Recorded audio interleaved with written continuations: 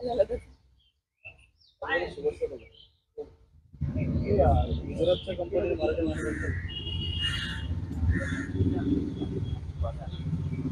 Sir वो आदेश प्रसाद वाला विजय वडेट्टीवार का बयान जो है सर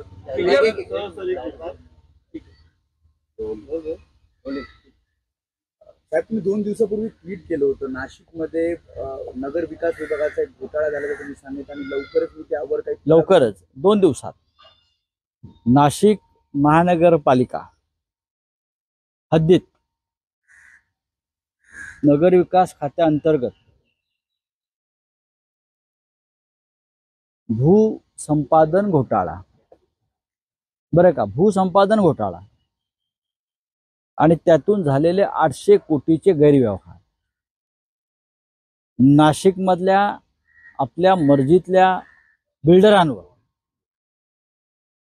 भूसंपादनाच्या नावाखाली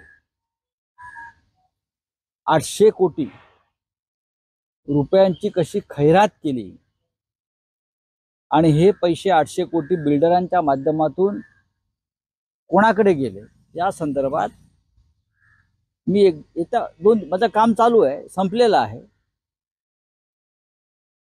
विस्तर तक्रार मी करतोय।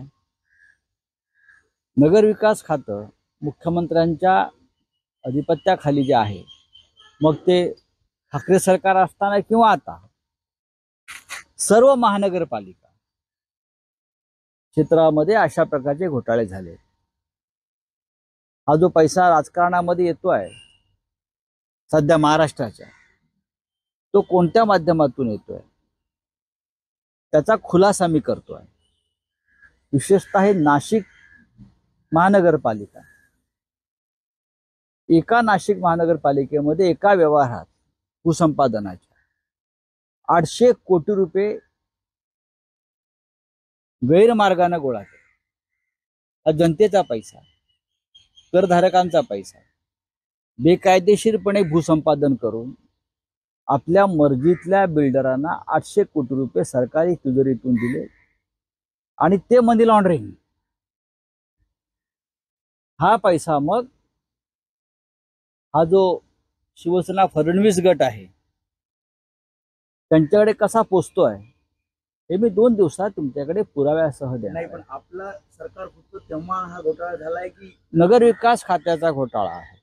सरकार कोणाचे असेल, नगर विकास मंत्री तेच होते आणि तेच आहे। कुठली जमीन आहे नाशिक शहर? साधारण 17 ते 18 महत्त्वाचे बिल्डर आहेत जे शिवसेना फडणवीस गटाशी संबंधित आहेत। त्यांना हा लाभ मिळावा म्हणून हे भूसंपादनाचा रेटा लावला। शेतकऱ्यांना पैसे मिळाले नाहीत, बिल्डरांना पैसे मिळाले भूसंपादनाचे, आणि हे सगळे बिल्डर हे या मिंदे आणि कंपनीचे खास हस्तक आहेत। So BJP has written a letter to Election Commission seeking action against समृद्धीमध्ये तेच झालेलं आहे आणि ठिकठिकाणी भूसंपादनाच्या बाबतीत पण हेच होत आहे। MIDCच्या बाबतीत भूसंपादनाच्या बाबतीत सुद्धा हेच होत आहे। संपूर्ण राज्यभरामध्ये अशा प्रकारे लूट सुरू आहे। मी फक्त सध्या नाशिक महानगरपालिकेतल्या भूसंपादनाचं एक प्रकरण देणार आहे, त्यानंतर या राज्यामध्ये काय चाललं आहे तुम्हाला कळेल। So BJP has written a letter to Election Commission of India. संपला? मुख्यमंत्र्यांना थेट पैसे जातात, सीएम ऑफिसला एक पैसे जातात, तुम्हाला कळेल, मी तुम्हाला पुराव्यासह देणार आहे।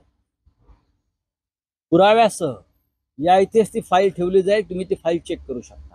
Gujarati BJP company has Marathi written- माणसाला नौकऱ्या नाकारल्या, Sir, election मैं आपसे बात करता हूँ। गुजरातच्या कंपनीने मराठी माणसाला नोकऱ्या नाकारल्या हे पूर्ण सिद्ध झालं एका व्हायरल। खरं आहे ते, Indian tweet. खरं आहे ते। मुंबईमध्ये एका गुजराती बेस कंपनीनं मराठी लोकांनी अर्ज करू नये, मराठी माणसानं महाराष्ट्रामध्ये अर्ज करू नये अशा प्रकारची भूमिका घेतल्यावर या महाराष्ट्राचं सरकार, मुख्यमंत्री, बरं का, आणि जे म्हणतात आमची शिवसेना खरी, जी शिवसेना मराठी माणसाच्या न्याय हक्कासाठी स्थापन झाली, जी शिवसेना मोदी शहानी तोडली याच कारणासाठी की मराठी माणसाचा आवाज राहू नये, या महाराष्ट्रात मुंबईत, आणि ती बुळचट शिवसेना, हे शिवसेना फडणवीस गट, त्याला मी बुळचट शिवसेना म्हणतो, गांडू शिवसेना फडणवीसांची, ती आयुष्यावर गप्प आहे. हिंमत असेल तर आवाज द्या, तर आम्ही बघतो काय करायचं ते. काल सुद्धा घाटकोपर मधल्या एका सोसायटीमध्ये जिथे बहुसंख्य गुजराती राहतात, शिवसैनिकांना येण्यापासून रोखलं मराठी आहेत म्हणून. बुलचट शिवसेना काय करते? जे गांडू आहेत ना, हे शिवसेना फडणवीस गट ही गांडूंची सेना आहे. काय करते हा प्रश्न आमच्या समोर. मशाल चिन्ह गुजरात्यांपर्यंत पोहोचलं म्हणजे कुठेतरी गुजराती मशाल चिन्हाला नाकार देतात का, विरोध करतात का? प्रश्न तो नाही, प्रश्न मराठी माणसाच्या विरुद्ध चाललेले षडयंत्र आणि कारस्थान. पोलीस बंदोबस्तात पॅम्पलेट वाटावी लागतात मराठी उमेदवारांना. हे पहा, हे जी बुलचट सेना आहे ना फडणवीसांची, शिवसेनेची, त्यांना आव्हान आहे. आम्ही बघू काय करायचं ते. उद्धव ठाकरे यांच्या नेतृत्वाखालच्या शिवसेनेने आव्हान स्वीकारलेलं आहे. हे आव्हान आम्ही स्वीकारलंय. आम्ही लढू, आम्ही लढणार आहोत. पण हे जे आमची शिवसेना खरी म्हणणारे जे आहेत बुळचट गांडू, ते काय बोलतात ह्याच्यावर ते स्पष्ट व्हायला पाहिजे. Sir, BJP has written a letter to Election Commission Kasab को लेके कि उज्जवल निगम को डिफेम किया जा रहा है. बीजेपी की तरफ से भी इलेक्शन कमीशन को लेटर लिखा गया है, कंप्लेंट की गई है कि जो करकरे हैं, हेमंत करकरे, उनको कसाब की गोली से नहीं मरे, वो पुलिस बात ऐसी है कि हेमंत करकरे शहीद है. हेमंत करकरे देश के लिए लड़े. जब कसाब और उनकी टोली मुंबई मारलेला आहे, हे आव्हान आम्ही स्वीकारलंय. आम्ही लढू, आम्ही लढणार आहोत. पण हे जे आमची शिवसेना खरी म्हणणारे जे आहेत बुळचट गांडू, ते काय बोलतात ह्याच्यावर ते स्पष्ट व्हायला पाहिजे. Sir, BJP has written a letter to Election Commission Kasab को लेके कि उज्जवल निगम को डिफेम किया जा रहा है. बीजेपी की तरफ से भी इलेक्शन कमीशन को लेटर लिखा गया है, कंप्लेंट की गई है कि जो करकरे हैं, हेमंत करकरे, उनको कसाब की गोली से नहीं मरे, वो पुलिस. बात ऐसी है कि हेमंत करकरे शहीद है. हेमंत करकरे देश के लिए लड़े. जब कसाब और उनकी टोली मुंबई में घुसी तो करकरे साहब उनके साथ लड़ रहे थे. कसाब की गोली से लगे और कोई टेररिस्ट उनके गोली से लगे, वो मेरा काम, हमारा काम नहीं है. लेकिन बैटलफील्ड पर करकरे साहब थे. वो एटीएस के चीफ थे उस वक्त. दहशतवाद, टेररिस्ट विरोधी जो हमारा जो एक स्क्वाड था, उसके प्रमुख थे. तो अगर मुंबई पे टेररिस्ट हमला हुआ है तो मिस्टर हेमंत करकरे जो एज एटीएस चीफ वहां गए, उनकी टीम गई और वो शहीद हो गए. अब कुछ लोगों ने उस वक्त ये सवाल उठाया था कि करकरे साहब का जो शहादत है वो रहस्यमय है. मैं ये नहीं मानता हूं. उधर और भी पुलिस शहीद हो गए, वहां और भी पुलिस अधिकारी शहीद हो गए. आपको मालूम है, अशोक कामटे साहब हो गए, और भी पुलिस सिपाही हो गए, चाहे वीटी में हो, चाहे मरीन लास्ट में तुकाराम ओम्बले शहीद हो गए. यहाँ करके वो एक बहुत बड़ा युद्ध था देश के दुश्मनों के खिलाफ. फिर भी करकरे साहब का नाम जो आया है, विजय वडेट्टीवार साहब ने यह पहली बार नहीं कहा है. मैं दो बात आपके सामने रखता हूं. उसके बावजूद आरएसएस और करकरे साहब का एक झगड़ा चल रहा था, एक संघर्ष चल रहा है. इसलिए इस प्रकार की बातें आती हैं. ये मेरी राय है व्यक्तिगत. मैं एक पत्रकार हूँ, एडिटर हूँ, लोगों से मेरी बातचीत होती, इसलिए कि एटीएस ने उस वक्त 2 लोगों को पकड़ा था टेररिस्ट एक्टिविटी में, जिसमें साध्वी प्रज्ञा सिंह, आपको मालूम है, और दूसरे कर्नल पुरोहित, जो आरएसएस से जुड़े हुए लोग थे.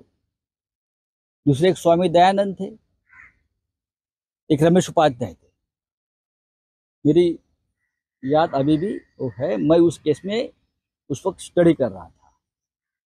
मेरे पास बहुत से लोग आते थे, खास करके आरएसएस के लोग आते थे. ये गलत तरीके से करकरे साहब ने एक्शन लिया है. साध्वी प्रज्ञा सिंह, कर्नल पुरोहित की फैमिली मेरे पास आती है. कि हमारे लोगों को गलत तरीके से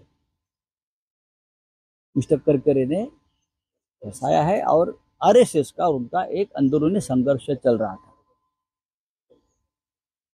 उसकी वजह से मुझे लगता है ये थ्योरी सामने आई। दूसरी बात, विजय वडेट्टीवार का नाम आप क्यों लेते हो? हु किल्ड करकरे, ये एक किताब आपने पढ़ी होगी जिससे मेरा कोई संबंध नहीं। हु किल्ड करकरे किताब किसने लिखी है? जो हसन मुशर्रफ जो बीजेपी के साथ है उनके भाई ने लिखी है। ऐसे मुशर्रफ जो उस वक्त आईजी थे और वो हसन मुशर्रफ साहब आज बीजेपी के साथ है। तो आप सवाल मुशर्रफ साहब से पूछिए ना, आपके भाई ने किताब क्यों लिखी, आपका क्या संबंध है उससे?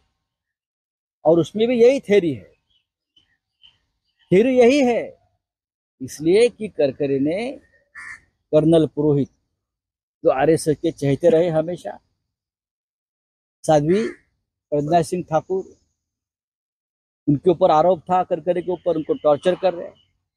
एक शंकराचार्य थे, कोई दयानंद स्वामी, रमेश उपाध्याय, से बहुत से लोगों को अरेस्ट किया था और वो आरएसएस और विश्व हिंदू परिषद के साथ जुड़े हुए थे।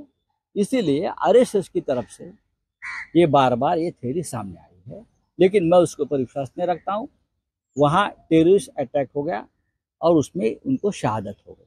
उज्जवल निगम की वजह से ये सब नाम आया, मुझे मालूम नहीं। क्या कहना Sir, चाहते मैं हैं? बात- to give edge to उज्जवल निगम, हो ये सकता सारी है, controversy- यही हो रहा है। क्या आपको लगता है देवेंद्र कि विजय Wadettiwar Fadnavis is favoring, BJP? Devendra Fadnavis ने ये सवाल हसन मुशर्रफ जी के जो भाई है, जो आईजी थे उस वक्त, उसने जो किताब लिखी है हु किल्ड करकरे,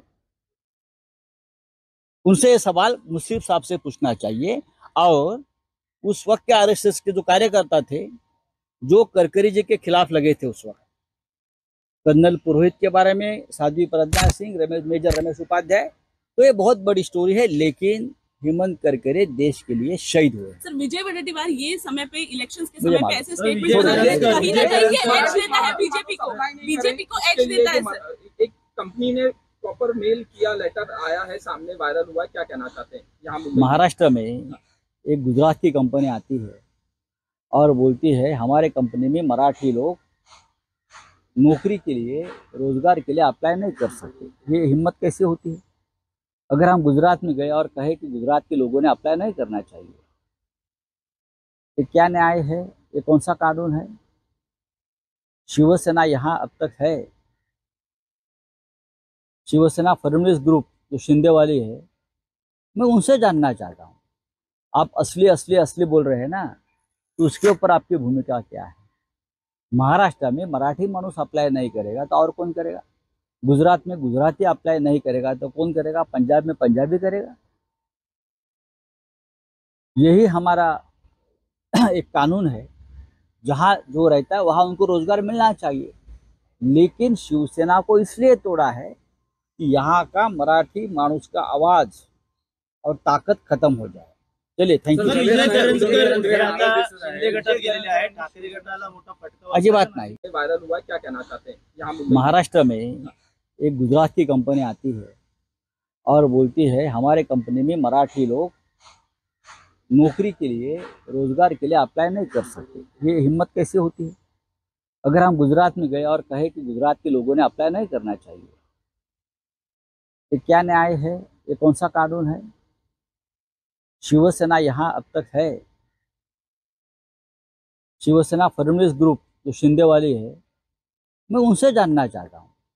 आप असली असली असली बोल रहे हैं ना, तो उसके ऊपर आपकी भूमिका क्या है?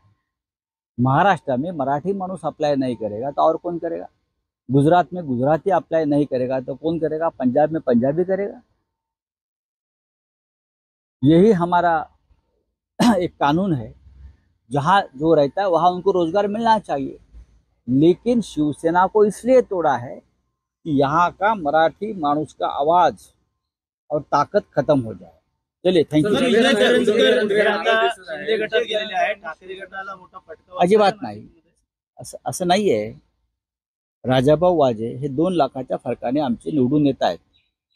काही लोक गेले असतील, जात असतात, 4 जून नंतर त्यांना पश्चाताप. पण तुम्ही चर्चा केली होती शेवटपर्यंत? नक्कीच नक्कीच. विजय करंजकर हे आमचे जुने जाणते अनुभवी असे कार्यकर्ते पदाधिकारी आहेत.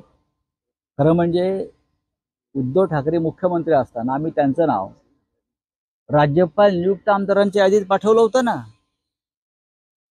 न विचारता त्यांना आम्हीच पाठवलं की जुना शिवसैनिक आहे. तेव्हा त्यांनी काय नाही विचारलं, अहो माझं नाव का पाठवता, माझ्यापेक्षा इतर ज्येष्ठ लोक आहेत. होत असतं असं. तर गणेश नाईक कुटुंबीय कुठे नाराज दिसले? मला माहित. देवेंद्र फडणवीस त्याची भेट घ्यायला जाणार आहे. वृत्तपत्रामध्ये मुलाखत देताना मुख्यमंत्री असं म्हणतायत, उद्धव ठाकरेंनी आपलं मुख्यमंत्रीपद वाचवण्यासाठी 25 आमदार भाजपचे हे फोडण्याचा एक कट रचला होता. तर खरंच यात काय तथ्य नाही. तुम्ही आमचे 40 आमदार का फोडले सांगा ना, त्याच्यावर का बोलत नाही तुम्ही? शरद पवार साहेबांचे 40 आमदार, आमचे 40 आमदार. मी स्वतः शेण खायचं आणि दुसऱ्याच्या तोंडाला वास घ्यायचा. फडणवीस साहेबांचं साधारण हे धोरण दिसतंय. स्वतः शेण खायचं, शेणात तोंड बुडवायचं आणि दुसऱ्याच्या तोंडाला वास घ्यायचा. हे त्यांचं धोरण आहे.